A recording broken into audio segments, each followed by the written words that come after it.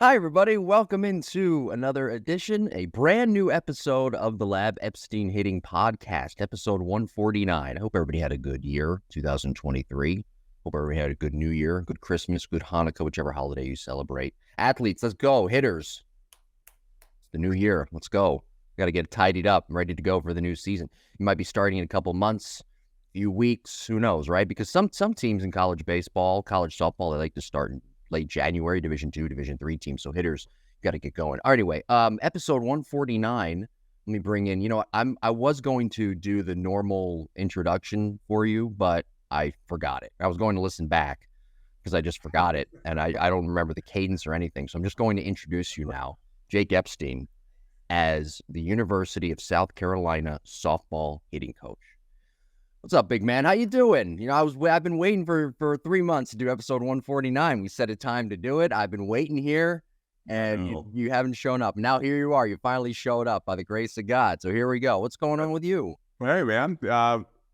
Life's good. Yeah, back in Denver for a month until we hit the ground running January 3rd. So you talked about hitters getting ready and staying ready. It's really important, especially this time away. I made the comment to our hitters that, hey, we worked really hard this fall on creating plans and approaches for each and every person. Don't take a full month off, right? We're gaining speed, and then that season comes around. So everybody else out there, make sure you're doing the same thing. You got to stay sharp, because when that bell rings, there's no spring training. We don't get 20 scrimmages right before the season starts, right? We have a few inter squads, and then it's time to roll. So very important to stay sharp.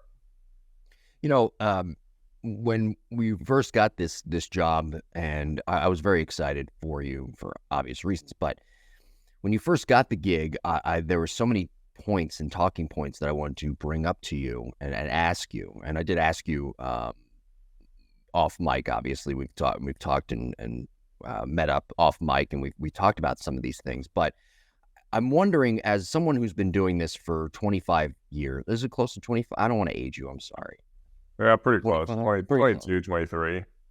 And you come from a baseball and athletic family. For those who don't know, Jake's father, of course, Mike Epstein, played at the major league level, Ted Williams' protege, et cetera, et cetera. We've talked about that in previous episodes, so go back and listen in the archives. But I'm wondering now how much your coaching approach has changed, if at all, when coaching hitters on the softball side at the collegiate level in the SEC at the arguably the highest level of all of softball, really of all of college sports, the SEC. How your approach as a hitting coach has changed from that, maybe working with one-on-one in one-on-one lessons, working in groups, or even evaluating hitters with the Brewers.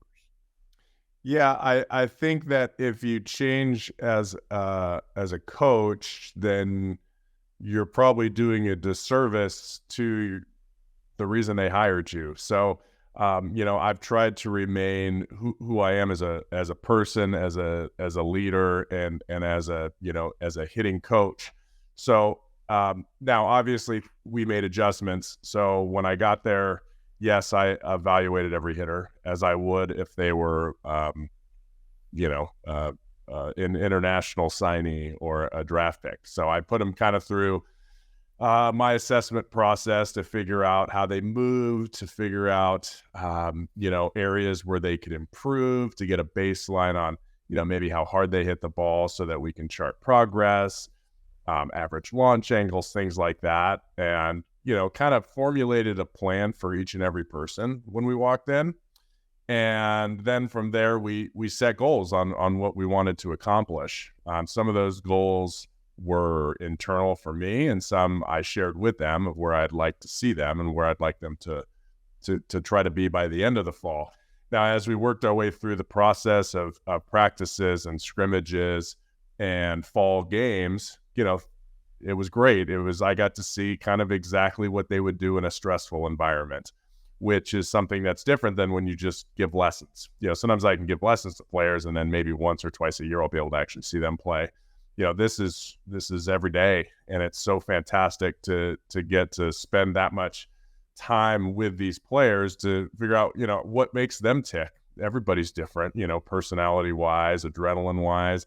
How do you push people? How to not push people that don't respond to that? So it's been quite enjoyable, and we got about halfway through the fall, and it was like, okay, I need to adjust some things, swing wise, maybe how we train, how we practice, what's going to be most important moving into the season. And we made that adjustment, which was really cool. And the players really, they just latched onto it. And then boom, our last 2 weeks of the fall, our offense really ticked up.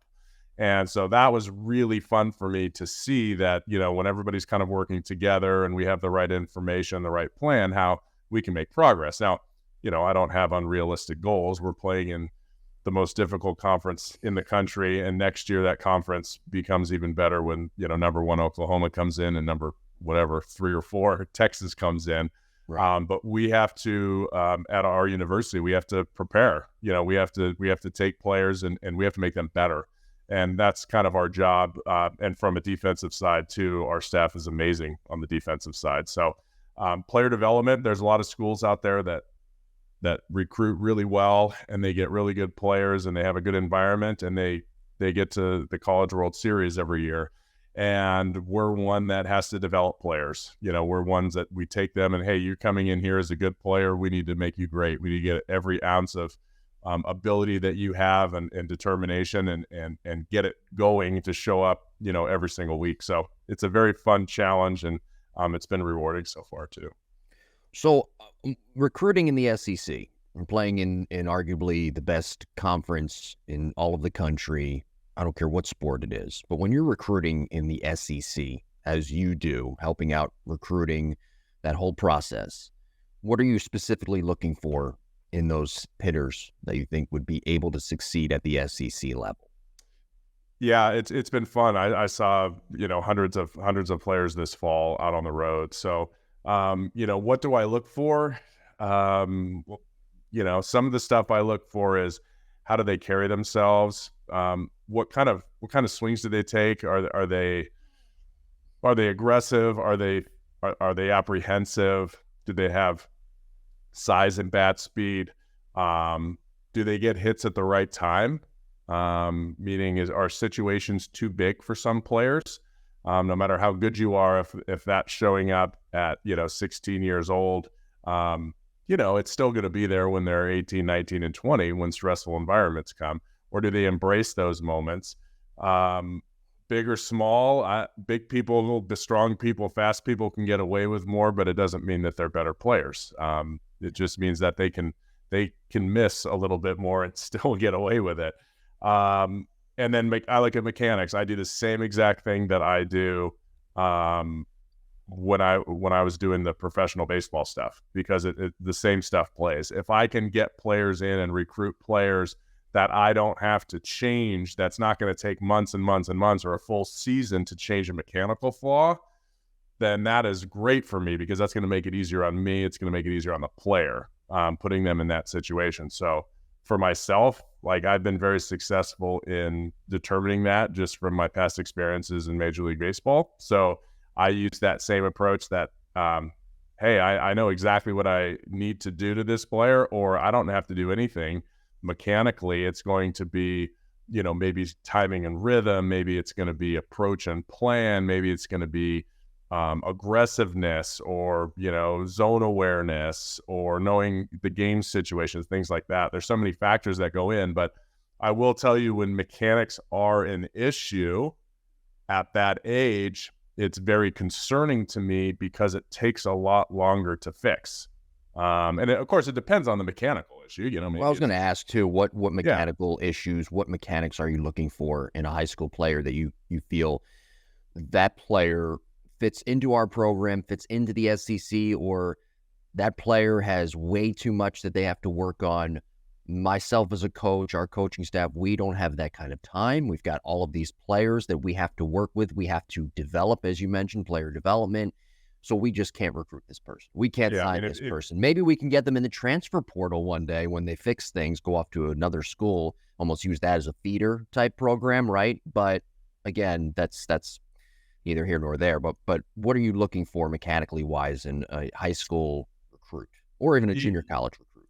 Yeah, it's the same stuff. If you go back and look at every one of our video analysis we've done over the past 3 years, Jim? Yes, sir. It's all those key points. It's the first 8 inches of the swing. It's the sequencing of the first 8 inches of the hands and shoulders and the elbows and the forearms. It's that. If there's a issue there, then I can grade it out as, is this going to be really tough, or is it going to be, can we get away with it? Maybe if somebody is an elite athlete with elite vision. So, I mean, I have players on our team and we have 20 hitters and mechanically speaking, maybe 6 to 7 of them have really good upper body mechanics. And the rest of them are not perfect. Okay. So there's not very many people that are perfect. It means that we've been working on things to clean them up. But when we have those issues, we have to know what pitches we're good at, So players that have certain issues are better high ball hitters. Players that have certain issues are better low ball hitters. And you have to put them in an environment that they'll be able to succeed with. If I had my druthers, everyone would have, that perfect first 8 to 10 inches of the swing, and then we could just make small adjustments to get to different pitches from there. But that's just not the way it is. So yes, we're always working at it, but it has to do with the sequencing of the body and when the elbows, hands, and arms kick in. It's difficult to fix especially when players get older. They have the ability to fix it. Like they can fix it off a tee really easily because they're elite athletes. And then sometimes in front toss, it gets a little bit better. But then as soon as the game speeds up, right, we're not going to, we don't have enough time to get that muscle memory in there. So then we have to know what we're good at and know what pitches we can hit, and then use our brain a little bit more, maybe to counteract the pitches we won't be able to get to. I know I feel like I'm interviewing you here. That's not really what our formula has been over the previous 148 episodes of the Lab Epstein Hitting Podcast. You mentioned our analysis, our video analysis, and when we've talked about players, Bo Bichette comes to mind, Vlad Jr. We've done everybody at this, right? Almost, I mean, all the stars pretty much. Yeah. Although we haven't done Ketel Marte. And I see his swing and his bat path and his hand path the other day on Instagram. And it was one of those things where I was like, damn it, I would love to do Ketel Marte and break down his swing. He's got a pretty swing. But nevertheless, go back in the archives on Apple, Google, Spotify, our YouTube page, the Lab Epstein Hitting Podcast YouTube page, for those mechanical breakdowns and previous episodes, clips as well. And follow us on social media at Jim Tara and at Epstein Hitting. Yes, Jake is still active on social media, believe it or not, even though he has a very high-end position with the University of South Carolina. But again, I feel like I'm interviewing you here, and we'll get to our main topic in just a moment. I do want to ask, though, just off the cuff, it's got to be fun for you to fill out these reports on players and create these practice plans for these players, right? Don't coaches just love creating those type of things? They kind of geek out on those, for lack of a better term, type of things and those elements of coaching, right?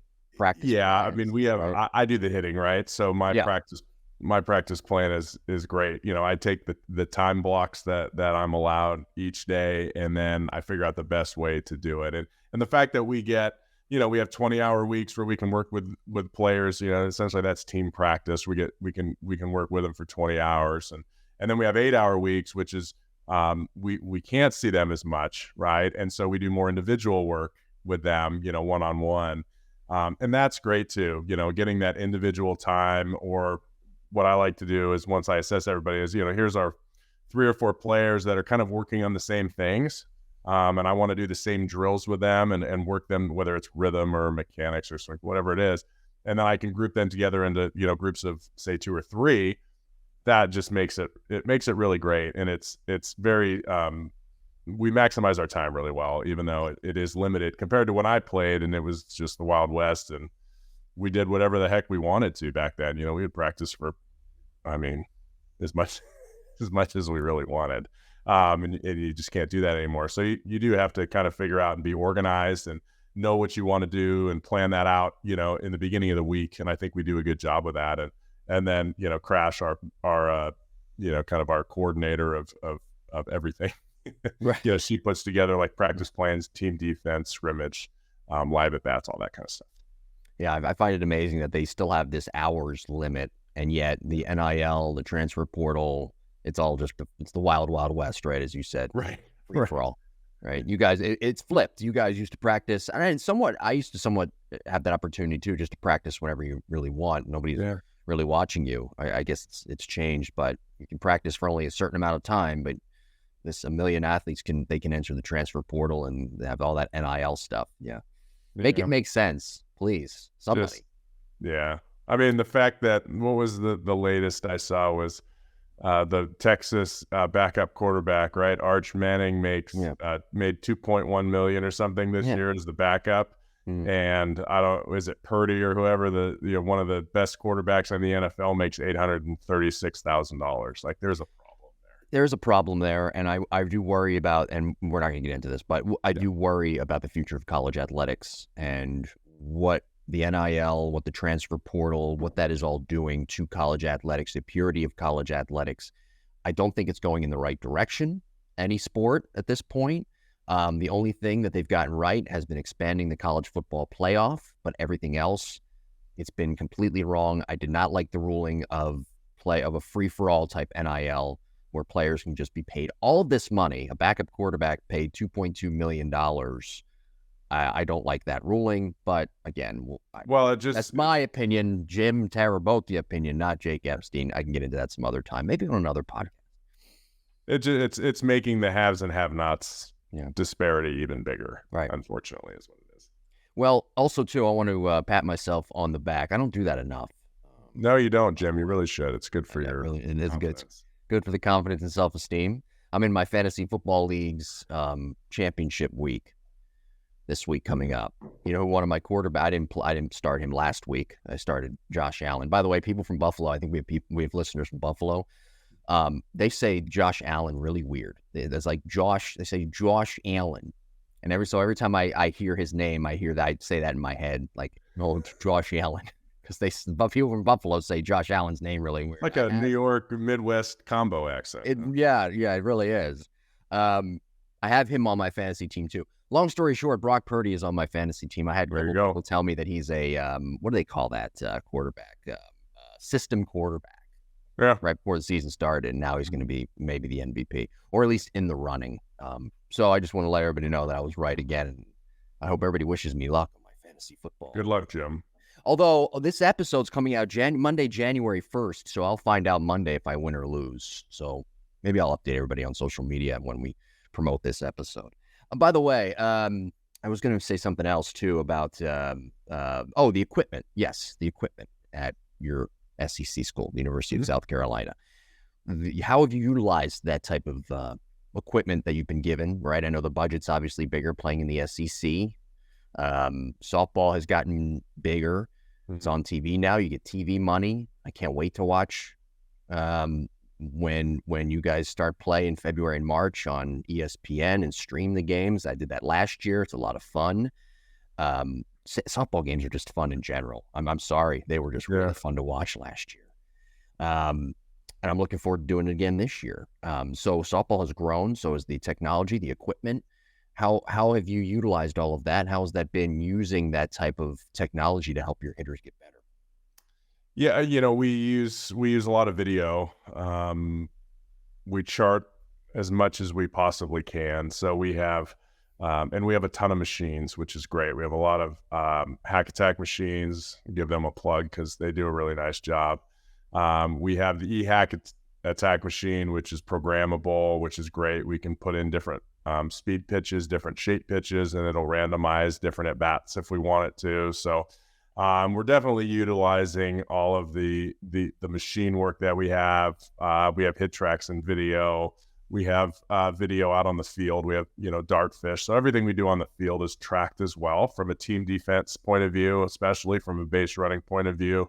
And then obviously all of the at bats that we have, in the fall and then during the season too. So yeah, the technology is great. It's expensive, all of that stuff, and all the different scouting softwares that we're able to utilize. But it makes a real difference in our coaches being able to prepare, our players, our student athletes. This they can show up and know what they need to do, and we can put them in an environment to make them better each day. So, yeah, you know me, I use what works, what I've found over the past, X amount of years that works really well. And I kind of disregard the stuff that I really think is fluff, or too much information, because there's a lot of information out there and players get carried away with it. And you have to be careful when filtering that information to the player when you're talking about not mechanics, but more approach, pitch recognition, rhythm, timing. Sometimes you give them too much and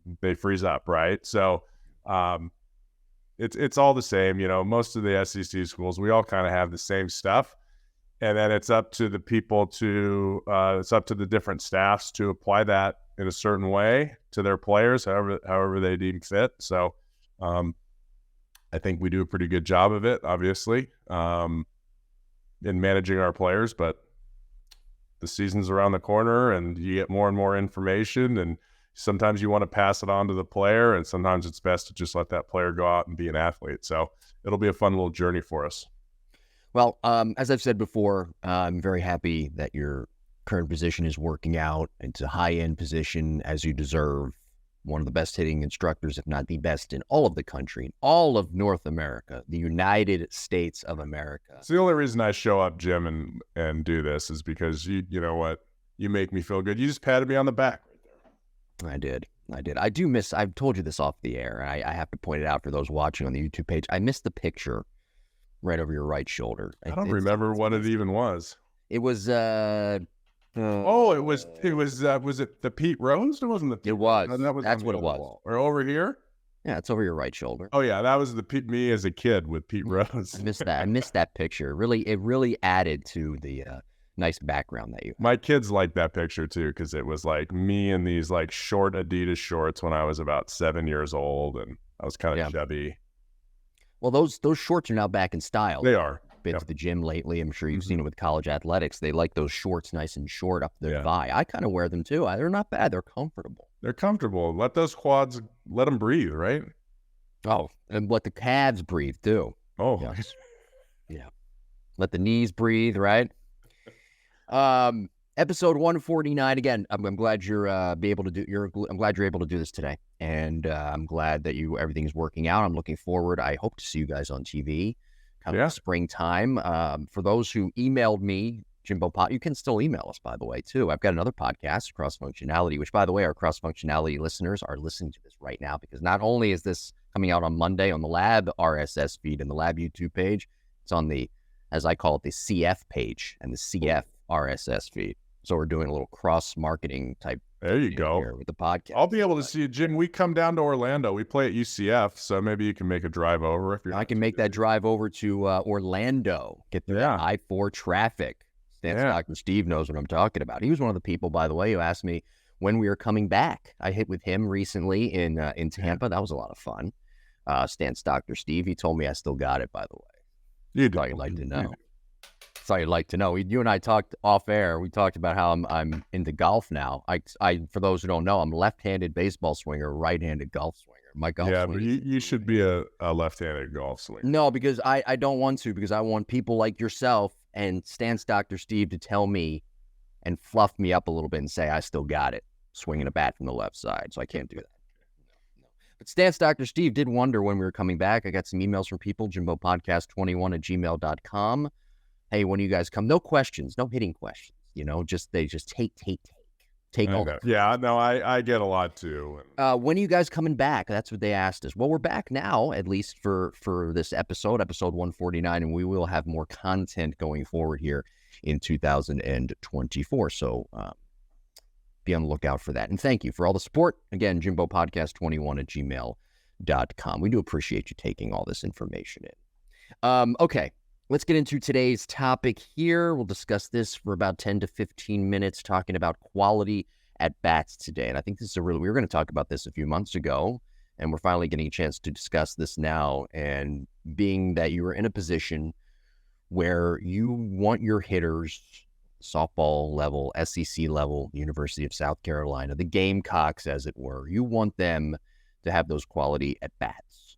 And I was watching, I thought of you actually the other day because I was on Instagram and I saw some hitting videos. Ketel Marte was one, and there was a video of Mike Trout and his swing when he was in high school. And you and I talked about this way back when, how the swing from when a player, baseball or softball, when they're in high school, fundamentally, mechanically, the way their body moves to when they move up levels, college, and then as it were with guys at the professional level, then their swing doesn't change all that much. So what does change? How do they get better? It's that they learn how to have those quality at bats. And I'm sure that's something that you teach now. Look, you look at some hitters and you say, I can't change too much. It's working for them fundamentally. The way their body moves, they can only do certain things or they can maybe do more.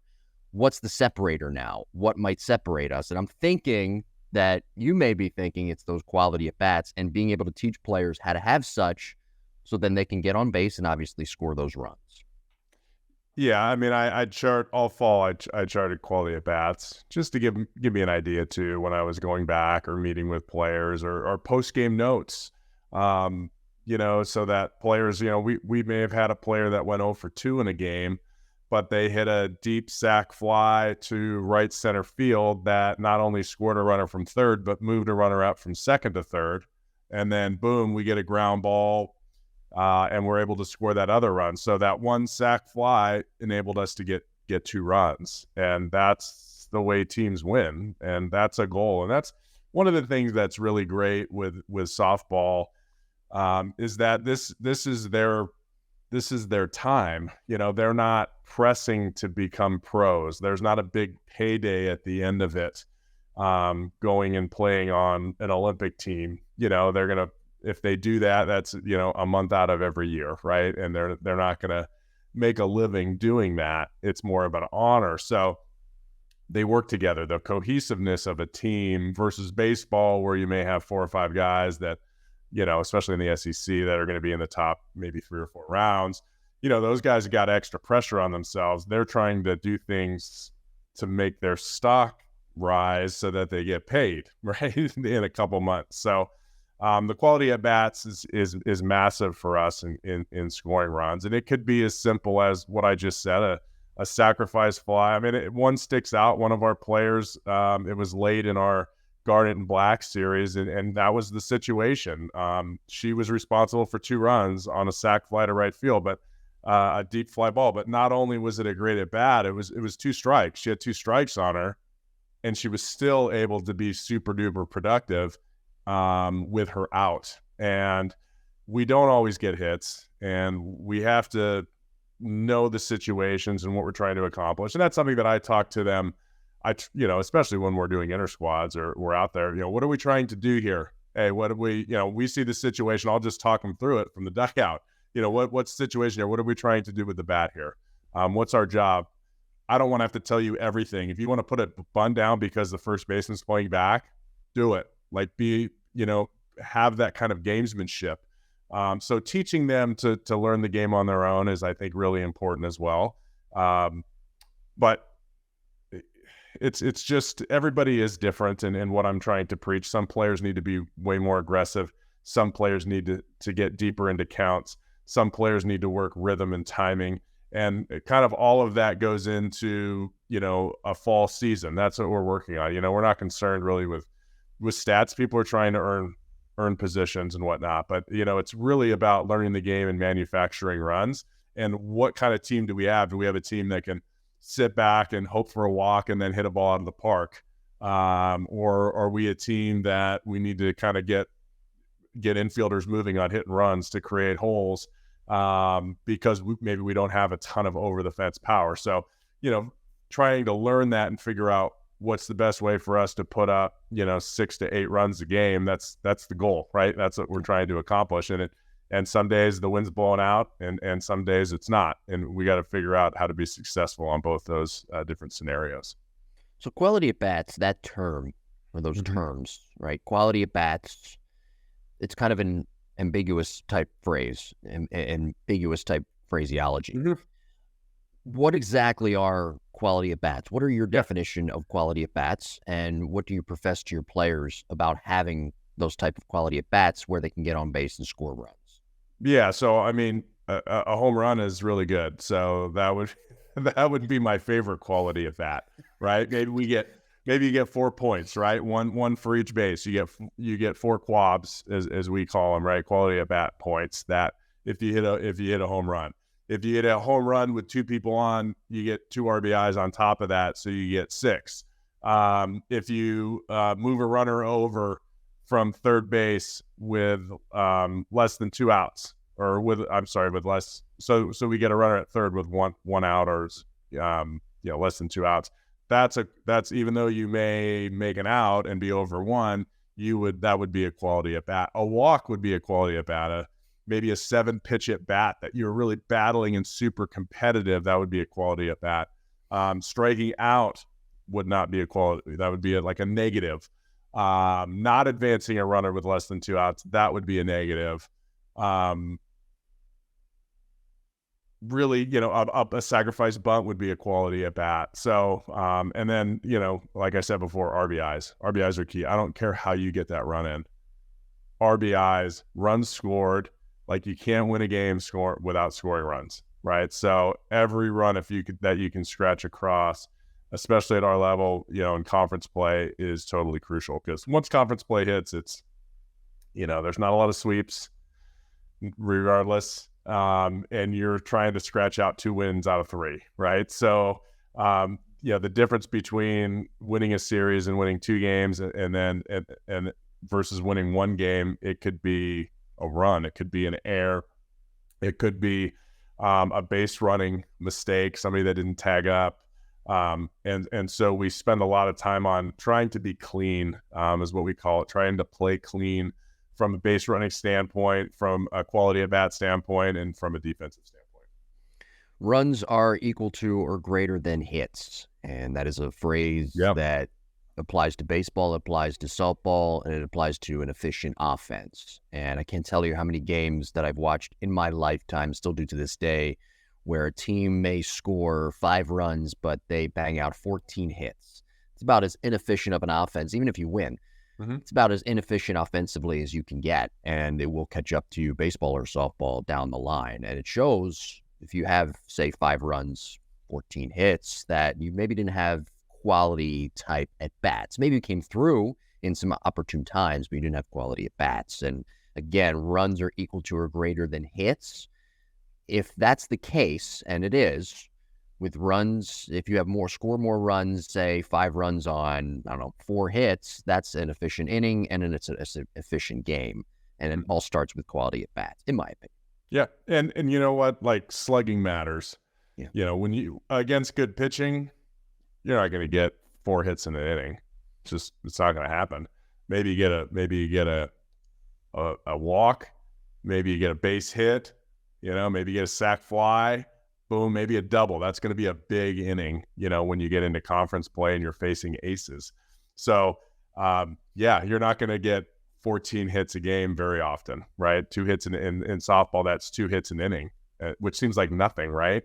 But it's a difficult game. The ball moves a lot. That's one of the things I found, that kind of differentiates, there's a few that differentiates baseball and softball, but the, pitcher to pitcher, the variance between up and down in baseball is usually about, a high fastball will drop about 2 degrees, 1 or 2 degrees, and maybe a sinker or a slider will drop, about 8 degrees, 7, maybe 7.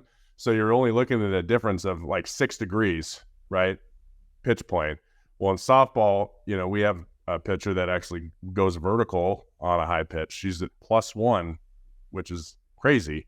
And then other pitchers will go down 9 degrees. So now all of a sudden, and she's close to that. So now you have a 10-degree difference in pitch planes. Yeah. That's really, really hard to cover. Okay. So you have to be a little bit smarter, and you have to have better plans, and you have to know which pitch is more hittable. And then obviously you have to have worked on hitting those different pitches, because hitting something that's moving down at 9 degrees and hitting something that is at 0 degrees up, those are 2 completely different planes and 2 completely different postures. And it really starts kind of at the coconut. What did yogis say? 50% of the game is 90% mental, or something like that. I don't remember. trying to think. 90% of the game is half mental, or I don't remember what he said, but you really have to be smart to be successful in the box. Doesn't mean you have to be SAT smart. You know, you don't have to have a 1500 on your SAT, but you have to know the game and what pitchers are trying to do to you, because that takes players to the next level. In fact, we have a player on our team who's been around the program for a while, and she picked like 80% of pitches that our head coach calls the pitches. She's the pitching coach. She knew every pitch that was coming. She's like, I've been here 4 years. I know exactly what this coach tries to do to different hitters. And she just rattled them off, and it was awesome. But that's a player that pays attention and doesn't just go up to the plate and swing all the time. They're invested in the game, in their teammates. And when you can have players like that, it makes everybody a little bit better. Well, proper studying, too, that leads to quality at bats. Yeah, for sure. Very, very. You have to put players in a position to be successful. We always talk about that. Yeah. You just have to. And matchups are one thing, but comfort is another thing.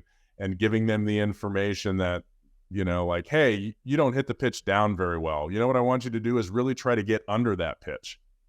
Yeah. Well, if I put that player in that situation, like say it's a pinch hitter and she's a flat swinger and the pitcher's throwing drops, I'm not giving her a chance to be successful. And that's where players, you know, that adjustability factor, when I'm working with players, it's like, okay, I want you to be able to swing up 10 degrees and I want you to be able to swing down 5 degrees. And if you can do both of those things at any time, then I know that you can get to all different pitches. And the problem is everybody is kind of grooves one swing at the high school level, right? Because they don't throw very hard. And they groove one swing and they can be successful with that one swing. And then all of a sudden, when everybody now is throwing 10 miles an hour harder, that one swing doesn't work with different shapes. So I love my players to be, that's why I love pepper, right? Maybe we should start a pepper league or a pepper game. I'm in. I already played it's just football. Such a great game to learn how to control the bat. And I think somebody posted on social media the other day. It was really good. It was something like barrel adjustment. You know, like what is a barrel adjustment? If you have to make a barrel adjustment, is that a good thing or a bad thing? And I thought that was a really good question. Like, can you argue it's an adjustable type swing? I mean, I would say I think if you can make adjustments mid-swing, you have to. And that's a barrel adjustment. And that's why some players with really good hands can make those adjustments. So how can players study? What's the proper study plan for them that will help produce quality at bats? I think revisiting your at-bats. I think going through what did I do this weekend, you know, or this week, and how were my at-bats, and how did this pitcher throw me, and what did I do? You know, I'm gonna get a chance to maybe face that pitcher again. How did she get me out? Did I let her get me out, or did she just make good pitches? So I think, you know, looking back, reflection. As a coach, you know, I will reflect pretty much every night after a game on what we did well and areas we could improve upon, right? By looking at video and how did the pitcher attack us? Were we aggressive enough? Or were we overly aggressive in getting, you know, chasing pitches early in the count? Did we have the wrong approach on a pitcher that was really pounding us in or pounding us up, or, you know, wherever it is? So self-reflection and humility is really what makes players and coaches grow together. Is, you know, what can I do better next time, even if I was successful? You know, what can I learn from that experience that I just had? All right, well, as we wrap up episode 149, episode 150, we'll be talking about opening up too early. Episode still to be determined, but again, in 2024, we will be pumping out new content for the Lab Epstein Hitting Podcast page, YouTube, and of course the audio side, Apple, Google, Spotify, wherever you get your podcasts. If you haven't done so already, please subscribe and continue the emails. I'll collect them, and when we do our next episode, if you ask hitting questions or you have hitting points that are salient and smart, we'll bring them up to my friend and co-host, the hitting coach, softball hitting coach at the University of South Carolina, Jake Epstein. All right, before we get going, wrap up episode 149, do you have anything that you'd like to it's like, I hate to like give you like a swan song, because that's not what I'm trying to do here. That's not my intention, but like anything you want to say. It's there anything you want to, any final words? No, well, Any final words? Yeah, it's not our last episode. I'm just the season's coming up. Like, enjoy it. Watch your college softball. Watch your college baseball. For those kids, that's how you get better. Like, you get better by watching where you want to play and where you want to go.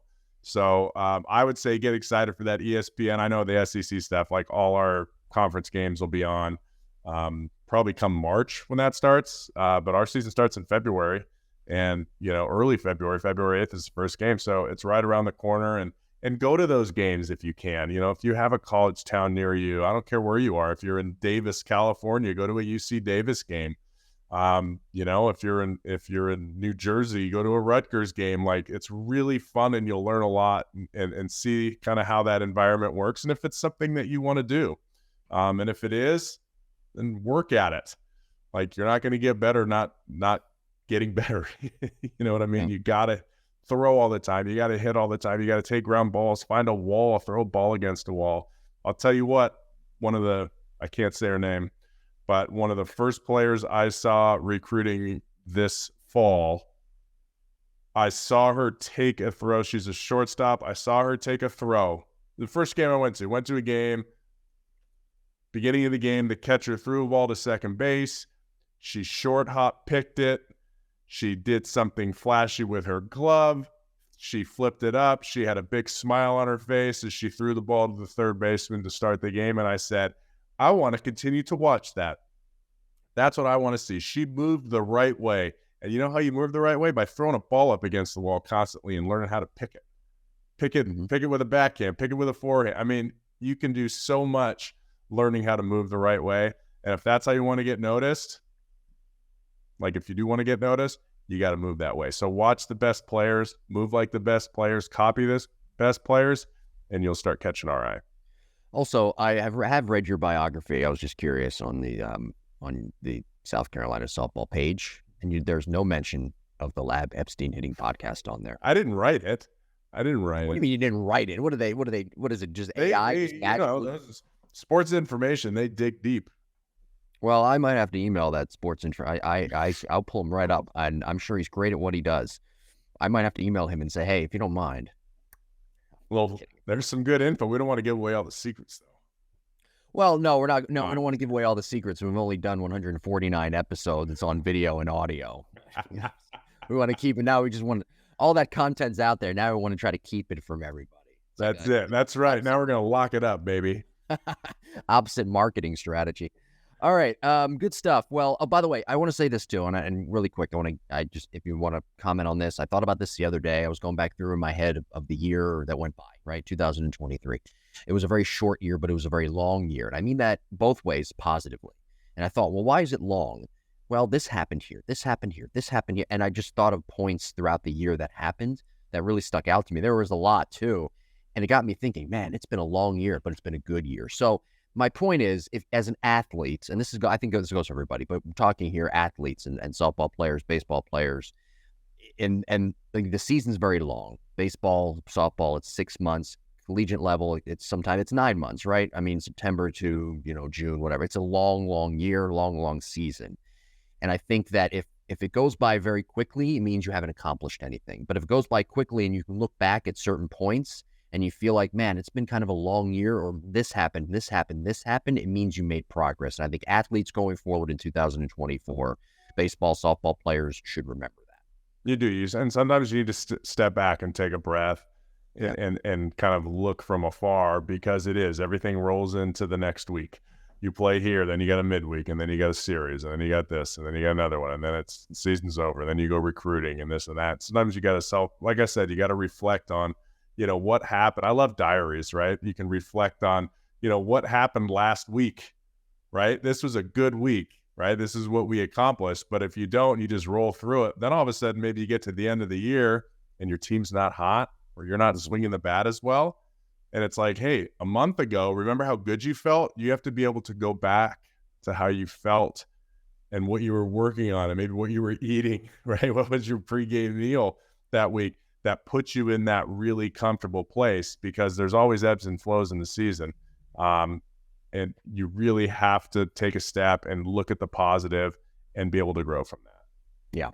So I think everybody should heed our advice. If you're an athlete, baseball, or if you're a parent of an athlete, Yeah. and try maybe profess that to your parents or to your kids if you're parents of an athlete going forward. All right, good stuff today, episode 49. Thank you, everybody, for listening and watching. Again, email us, jimbopodcast21@gmail.com. Take care. Thank you, everybody, for listening, watching, and we will talk to you soon.